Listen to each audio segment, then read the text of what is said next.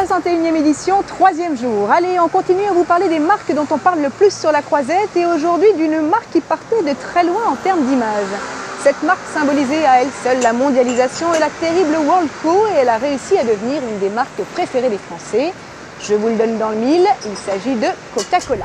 Alors pourquoi Coca? Eh bien parce que c'est une marque qui a fait un pari super audacieux. Elle a décidé de repartir à zéro, de revoir toute sa stratégie de communication, toutes ses copies publicitaires, tous ses packaging, et ça a payé. Depuis 2006, ce ne sont plus ces films à gros budget qui font parler d'elle, mais plein de petites opérations plutôt bien ficelées qu'on va vous montrer. Tout commence en 2006 quand Coca s'autoproclame fabricant de bonheur, Happiness Factory en version originale. Depuis, c'est à coup d'innovation média, plus rigolotes les unes que les autres, que la marque se fait mousser. Du distributeur de surprises aux bouteilles personnalisées à partager entre amis, au sens figuré comme au sens propre d'ailleurs. Le poids lourd de la catégorie des boissons gazeuses n'en finit plus d'alimenter la planète pub en apparition de ce genre.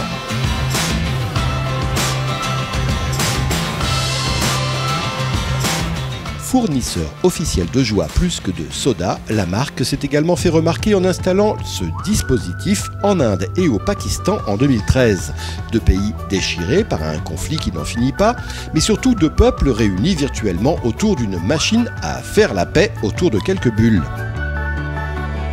Cette année, c'est à Singapour que la firme a voulu faire un petit pas pour l'homme et un grand pour l'humanité, en tentant de rapprocher les habitants des ouvriers étrangers qui construisent le pays dans l'indifférence collective.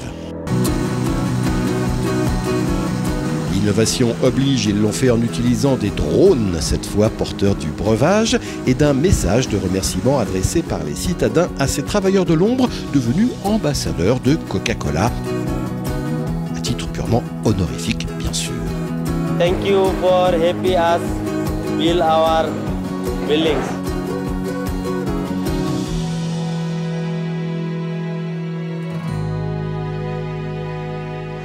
Voilà pour la petite histoire. Et comme à Cannes, on a un peu de temps de cerveau disponible, on a décidé de demander son avis à un publicitaire français parmi les plus reconnus sur la planète pub, un publicitaire qui a aussi eu l'occasion de travailler pour la marque.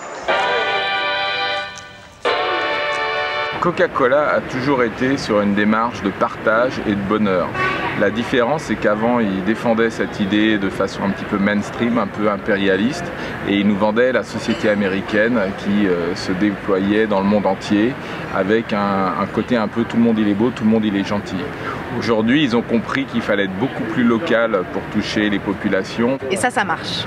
Ça marche parce que dans les pays émergents, Coca, c'est quand même une marque très aspirationnelle. C'est quand même la société de consommation qui a envie de découvrir et de profiter des grandes marques mondiales.